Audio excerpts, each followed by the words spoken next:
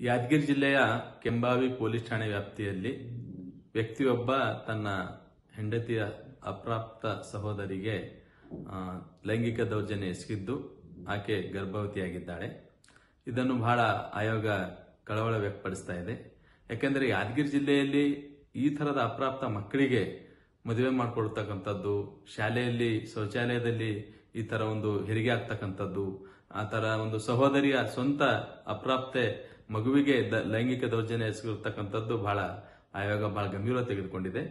ಮತ್ತೆ ಈ ಘಟನೆ ನಡೆದರೂ ಸಹಿತ ಇಲ್ಲಿವರೆಗೆ ಪ್ರಕರಣ ದಾಖಲಾಗಿರುವುದು ಬಹಳ ಒಂದು ದುರ್ದೈವದ ಸಂಗತಿ. ನಾನು ಈಗಾಗಲೇ ಜಿಲ್ಲಾ ಮಕ್ಕಳ ರಕ್ಷಣಾಧಿಕಾರಿಗೆ ದೂರವಾಣಿ ಮುಖಾಂತರ ಮಾತನಾಡಿದ್ದೇನೆ. ಕೂಡಲೇ ಇವತ್ತು ತಾವು ಹೋಗಿ ಪ್ರಕರಣ ದಾಖಲಿಸಬೇಕು. ಅದೇ ರೀತಿಯ ಸಂತ್ರಸ್ತ ಮಗುವಿಗೆ ರಕ್ಷಣೆ ಮಾಡುವ ಮೂಲಕ ಪುನರ್ವಸತಿ ಕಲ್ಪಿಸಿ ಇಂದು ಸಂಜೆಯೊಳಗೆ ಆಯೋಗಕ್ಕೆ ವರದಿ ಸಲ್ಲಿಸಬೇಕಂತೇಳಿ ನಾನು ಈಗಾಗಲೇ ಸೂಚನೆ ಕೊಟ್ಟಿದ್ದೇನೆ. ಯಾದಗಿರಿ ಜಿಲ್ಲೆಯ ಕೆಂಬಾವಿ ಪೊಲೀಸ್ ಠಾಣೆ ವ್ಯಾಪ್ತಿಯಲ್ಲಿ ವ್ಯಕ್ತಿಯೊಬ್ಬ ತನ್ನ